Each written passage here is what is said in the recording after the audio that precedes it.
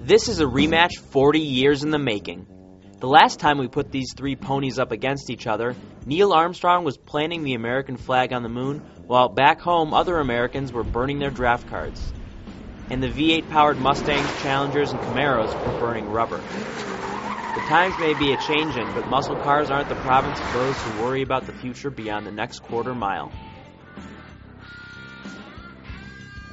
Dodge Challenger RT.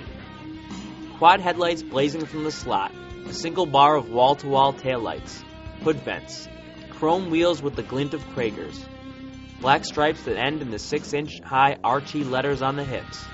Yep, it's a Challenger, and it stirs up sugary memories like a big orange stick in a cotton candy machine. Muscle cars were always about the slow cruise as much as the fast quarter, and the Challenger is our first draft pick for the Boulevard.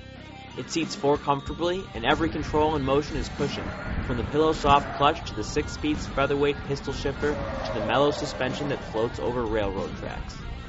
Wailing at 5,700 RPM, the 376 horsepower 5.7-liter semi-Hemi V8 is loud but barely felt.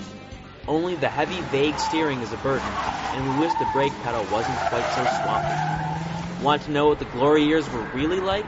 Find out, safely thanks to modern anti-crash devices, in the Challenger, where the understeer is relentless, the tail wagging is joyous, and the reason Dodge won't let you fully disable the electronic stability control becomes obvious.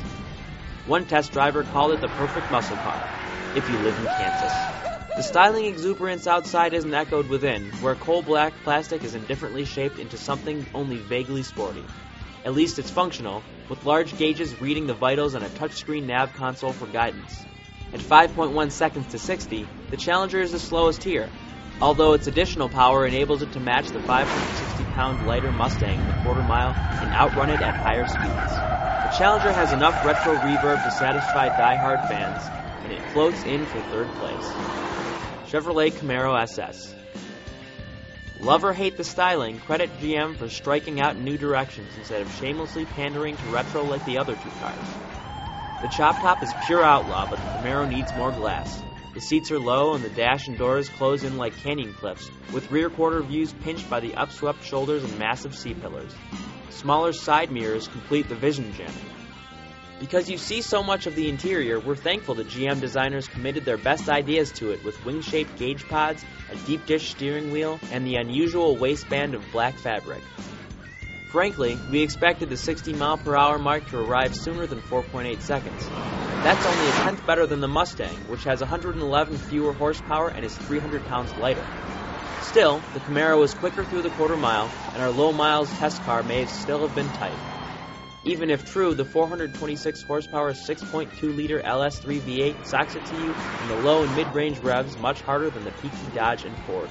The LS3 also makes a muffled, less enthralling grumble than the Mustang. If not the bolter we had expected, the Camaro SS carves nice squiggles with camped-down body motions, tacky grip, and a brake pedal so firm and responsive that we checked it for a Porsche part number. The stiff, insulated structure soaks up engine vibes and tire moaning, but the rear end discombobulates and dances while accelerating over rough pavement. The freeway chop-chop, though stiffest in this group, is still tolerably muted, but the clutch take-up is high and abrupt. Alas, most of history's blockbuster cars had faults aplenty. The Camaro comes in second. Ford Mustang GT. We were shocked, shaken, and staunchly unanimous. This Mustang rules. Why the low expectations? First, the Mustang's 4.6-liter V8 has just 315 horsepower. Simple struts up front and a log axle out back. A 5-speed pitted against two 6s. But look closer. At 3,580 pounds, the Mustang is lightest by 300.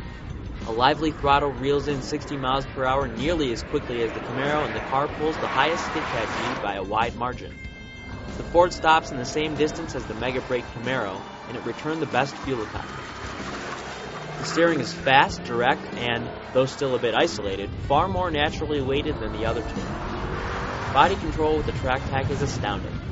The ride may be firm, but nothing throws it off the slot-like path you cut through turns. And somehow that live axle deals with pitching and pocked pavement with much of the sure-footed poise of an independent setup. The Ford is also the right size. It doesn't devour a driveway or need to be greased into a parking space. At the moment, no muscle car sounds more muscular. but as the TAC hovered close to 3,000 RPM on extended freeway lopes, he longed for the sixth gear offered only in the Shelby GT500.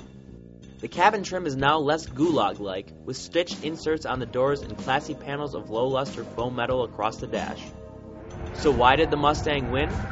Perhaps it's because the Mustang stayed in production while the others took long sabbaticals. Ford used the intervening years well. Each Mustang improved over its predecessor, and this one is the most beguiling yet. For the complete story, go to carandriver.com.